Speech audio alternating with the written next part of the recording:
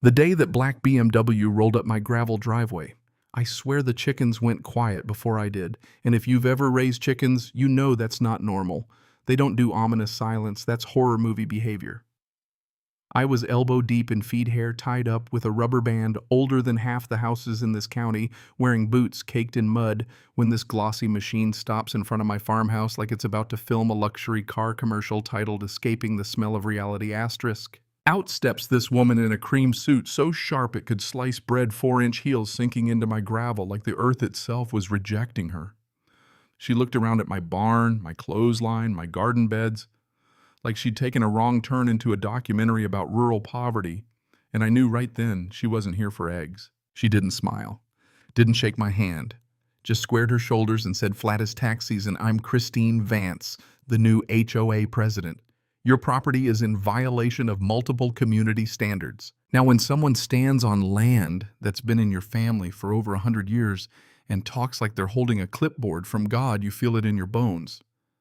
It's subtle at first, that shift where peace turns into pressure. I wiped my hands on my apron and told her the truth. My property wasn't part of the HOA. Never had been. Grandfathered exemption written into their original charter back when this whole place was cornfields and hope and not beige vinyl siding. She gave me this tight little smile. Said she didn't care what some old document said. Said the neighborhood had evolved. Said my barn, my chickens, my gravel driveway were dragging down property values. I remember thinking, standing there with chicken dust in my hair, honey, you have no idea who you're talking to. Christine saw an old woman in an apron. She didn't see 40 years in banking. She didn't see boardrooms and balance sheets.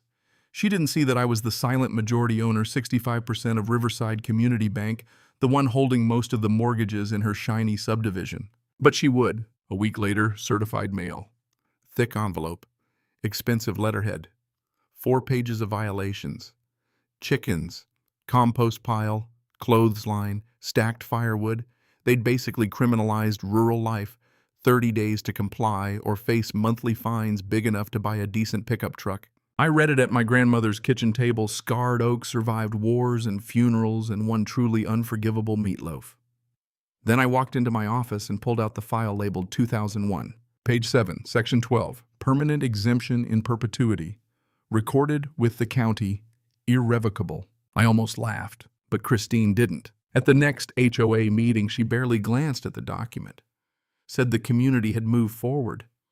Said standards mattered more than history. That's when it clicked. This wasn't about rules. It was about control. Then came the inspections.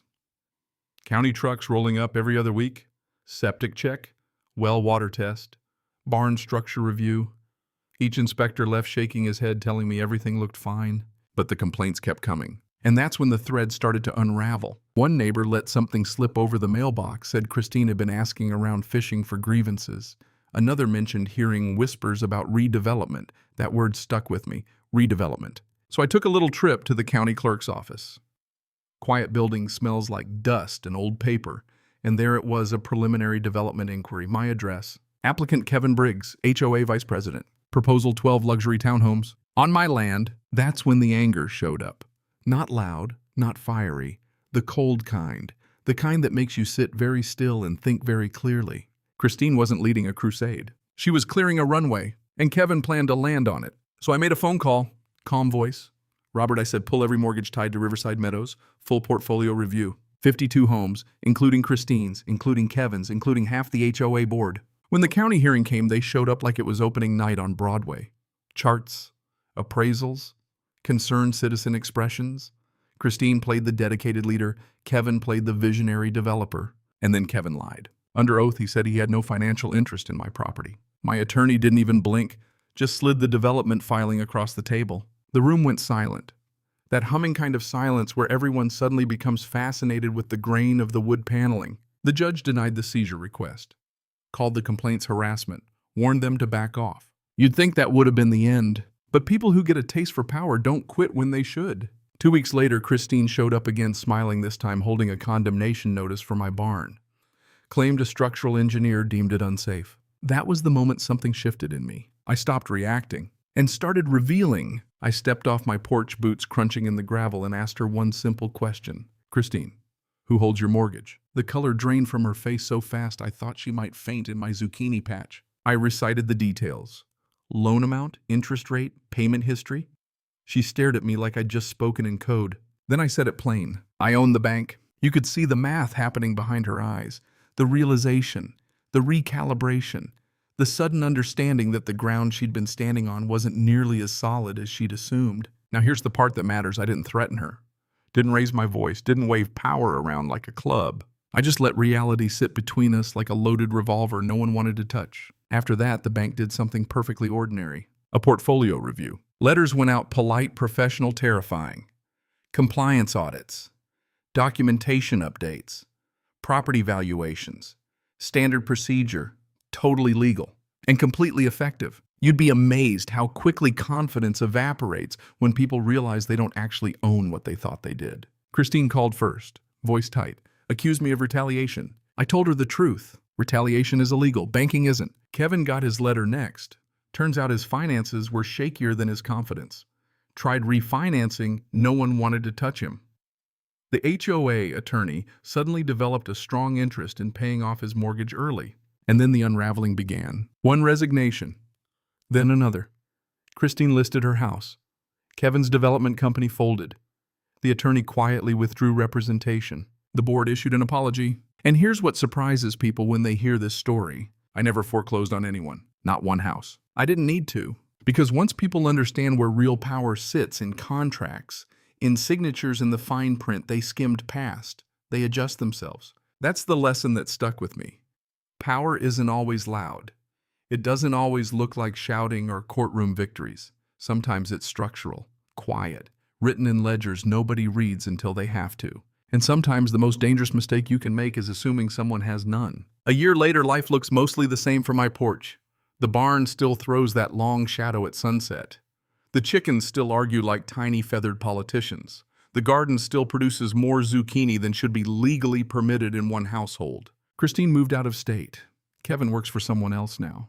The new HOA board sends polite holiday cards and leaves me alone. Peace returned. Not because anyone suddenly found religion, but because consequences finally showed up. And here's the thing about karma, it doesn't always arrive like lightning from the sky. Sometimes it arrives as paperwork. I never wanted to be feared. Never wanted to be a cautionary tale whispered over HOA wine nights.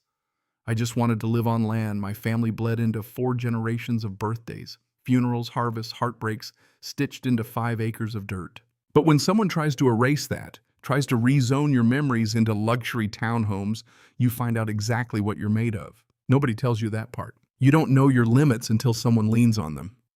You don't know your strength until you're forced to use it. And maybe the hardest truth of all, sometimes defending what's yours makes you look like the villain in someone else's story. I made peace with that. Because every evening when the sun drops behind the trees and the barn glows gold for a few breathless seconds before dark, I know I'm still here, still feeding chickens, still walking the same dirt my grandparents walked, still sitting on a porch that remembers more history than any HOA binder ever could. And I'd do it again, not out of revenge, not out of pride, but because some things aren't just property, they're roots. And if you let someone cut those out from under you, you don't just lose land, you lose yourself. So here's the question that lingers, the one I still wrestle with when the night gets quiet.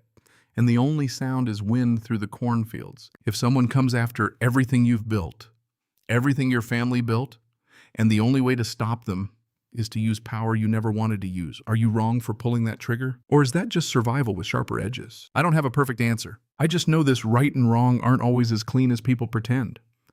Sometimes justice doesn't roar, sometimes it stamps, notarizes, and mails certified. What do you think? If you were in my boots, would you have done the same thing? Or would you have let it go and walked away? Drop your thoughts below. I really want to hear where you draw that line between protection and retaliation, between power and abuse. And if you've ever had someone underestimate you, assume you were small because you were quiet, tell me that story too. Out here between the chickens and the quiet, I've learned something simple. Never mistake silence for weakness. And never assume the old farmhouse at the end of the gravel drive doesn't own the road.